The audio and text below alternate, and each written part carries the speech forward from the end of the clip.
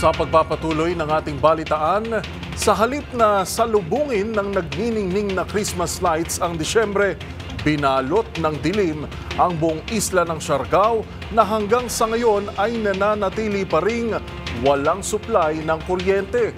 Ito'y matapos bumaluktot ang isang submarine cable sa ilalim ng dagat. Narito ang report ni Wina Hesoro. Mahigit 4 na araw nang walang supply ng kuryente ang buong Siargao Island. Sa panayam sa 2x2 kay Sergio Dagohoc, ang General Manager ng Siaralco, sinabi nitong simula pa noong December 1 ng madaling araw na wala ang kanilang kuryente.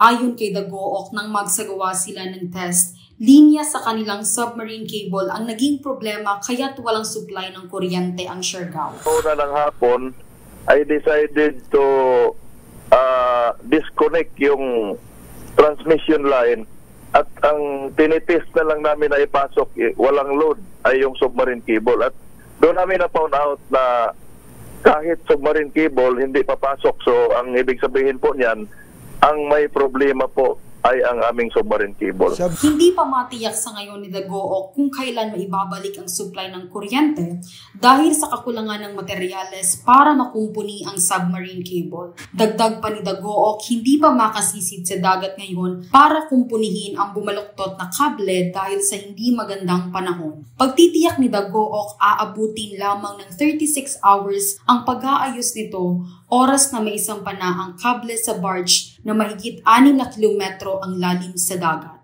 Para sa MBC TV Network News, ito si Wina Hesoro ng DZRH, una sa Pilipinas, una sa Pilipino.